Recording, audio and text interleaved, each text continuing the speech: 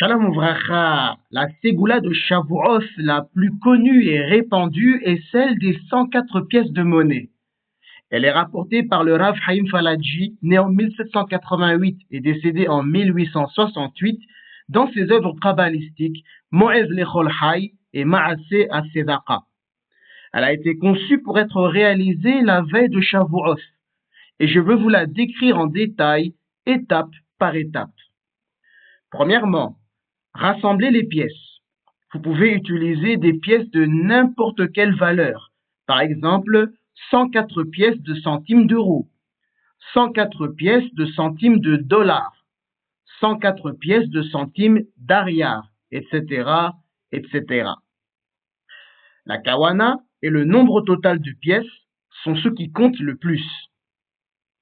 Deuxièmement, comptez 91 pièces parmi les 104 que vous aviez rassemblés et placez-les dans un tas ou une boîte à sedaqa. Troisièmement, prenez 13 pièces supplémentaires et déposez-les une à une dans la pile en les comptant à voix haute.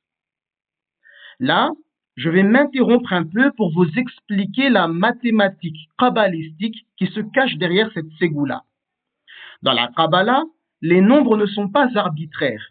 Ils représentent des canaux spirituels. Et ce rituel utilise 3 codes numériques principaux. Les 91 premières pièces représentent l'unification des noms de Dieu. Le nom principal de Hachem Yifa'ale, composé de 4 lettres, Yov et He, Waw et He, a une valeur de 26. Le nom représentant la manifestation physique de Dieu, c'est-à-dire le Shem Avnuf, Adonai, a une valeur de 65. 26 plus 65, cela nous donne 91. De plus, 91 est la gematria exacte du mot Amen.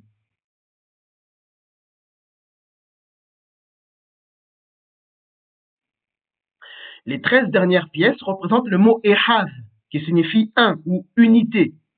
Ce nombre unit les noms précédents en une unité absolue.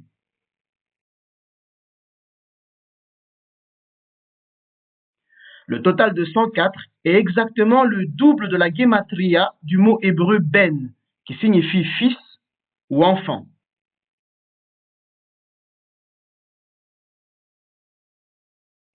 Selon le Rav Haïm Falaji, la combinaison de ces énergies spirituelles spécifiques à la fin des 49 jours du Homer crée un profond tikkun.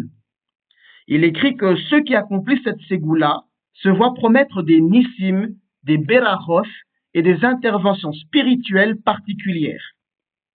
Le nombre 104 représentant une double portion de ben, fils, cette ségoula est considérée comme un puissant remède pour les couples infertiles. Ce rituel agit également comme un bouclier énergétique pour expier les grandes fautes historiques de l'histoire cosmique, à savoir le péché originel de Adam dans le Gan Even, le péché du Egel HaZahav, le veau d'or, dans le désert, et les imperfections individuelles liées à la sexualité, ce qu'on appelle donc le Tikkun Aberif. En outre, la veille de Shavuot est considérée comme un moment où les portes du ciel sont grandes ouvertes aux demandes de ceux qui veillent au bien-être des plus démunis de la communauté juive. En prenant soin des nécessiteux sur terre, Hachem Yifa'ale leur rend l'appareil en répandant du ciel une immense subsistance spirituelle que l'on appelle la Parnassa en hébreu. Maintenant que cela a été expliqué, nous pouvons retourner à notre recette. Et nous en sommes à la 4e étape. Pour rappel, la première consistait à collecter 104 pièces de monnaie. La deuxième consistait à placer 91 des 104 pièces collectées en tas ou les mettre dans une boîte à sedaqa. La troisième consistait à ajouter en pile, l'une après l'autre, 13 pièces supplémentaires. La 4e étape est qu'après avoir placé dans la pile la dernière des 13 pièces de monnaie, certaines familles récitent une prière simple et informelle, venue du cœur, tandis que d'autres récitent le texte formel consigné dans les sidurim kabbalistiques. Je vous affiche en hébreu cette prière, mais pour gagner du temps, je vais directement vous donner les grandes lignes de cette prière. Ô Éternel notre Dieu et Dieu de nos ancêtres, que cela soit ta volonté que la sédaqa que je fais en cette heure propice, d'un montant de 104 pièces, correspondant au double de la valeur du mot ben, fils, monte jusqu'à ton trône de gloire. Par le mérite de cette sédaqa donnée à la veille de la fête du don de la Torah, daigne nous regarder avec miséricorde et nous accorder des enfants saints, S-A-I-N-S, et pieux, dévoués à ta Torah et à tes miswaf. Efface nos défauts, protège nos foyers du mal et ouvre les voies de la parnassa spirituelle et matérielle. Que notre offrande expie les fautes du passé et que tu acceptes nos prières comme tu as accepté les serments de nos ancêtres au mont Sinaï. Amen, Selah. Lors de l'analyse de la structure hébraïque de cette prière, les Mekobalim mettent en lumière 3 mécanismes internes sur lesquels le fidèle doit se concentrer pendant sa récitation.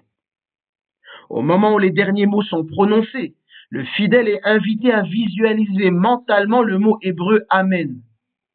Puisque les 91 premières pièces équivalent à Amen, la prière affirme que cette sédaqa se transforme physiquement en un Amen cosmique pour toutes les prières en attente du fidèle au ciel. Le total de pièces de monnaie étant de 104, le double de la valeur de Ben, fils, les 2 parents récitent traditionnellement cette prière ensemble s'ils ont des difficultés à concevoir. Si une personne est célibataire, elle modifie légèrement le texte pour prier pour trouver son âme sœur, le zivoug. Enfin, la 5e et dernière étape de notre ségoula consiste à donner l'intégralité des 104 pièces de monnaie directement à un pauvre. Le Rav Haïm Falaji précise qu'il est préférable de donner cet argent à un Talmiz Hacham dans le besoin ou à une institution de la Torah afin qu'il puisse acheter confortablement de la nourriture, du vin et des vêtements pour la fête de Shavuot. La tradition kabbalistique enseigne que ce rituel est plus efficace lorsque l'on associe mentalement sa sédaqa au soutien de l'étude de la Torah même qui sera célébrée le lendemain. Dites-moi en commentaire si vous avez déjà essayé cette ségoula et quels résultats vous en avez obtenus.